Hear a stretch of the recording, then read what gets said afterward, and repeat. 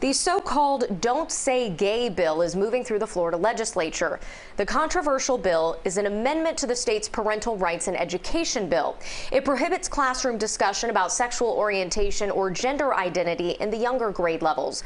Opponents say a new amendment to the measure would put vulnerable LGBTQ students at even more risk. CBS 4's Wendy Gillette has reaction from both sides of the issue. Free to say gay.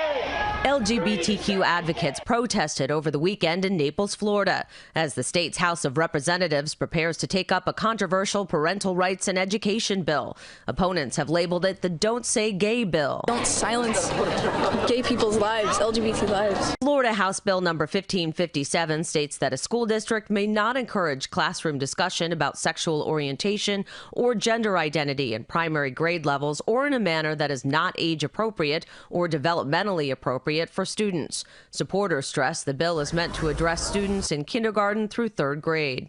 I think that's way too deep for children this age to be talking about sexual things. And Florida State Senator Dennis Baxley is the sponsor of the Senate version of the bill. He says schools should concentrate on core skills. Look, we want you to teach them to read and do math and do science.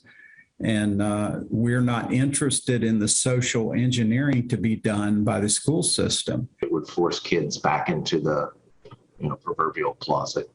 Scott Galvin is the executive director of Safe Schools South Florida. He says a proposed amendment could lead to schools outing LGBTQ students to their parents. The bill had allowed schools to withhold parental notification if a reasonably prudent person would believe that disclosure would result in abuse, abandonment, or neglect. But the amendment would require the school to disclose such information within 6 weeks. If that amendment is included, why is it going to have a chilling effect?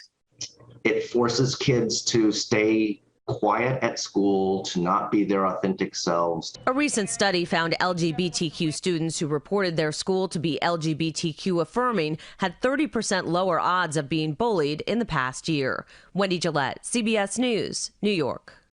Now, Florida is not the only state with this type of bill. There are 15 similar bills moving through state legislatures all across the country.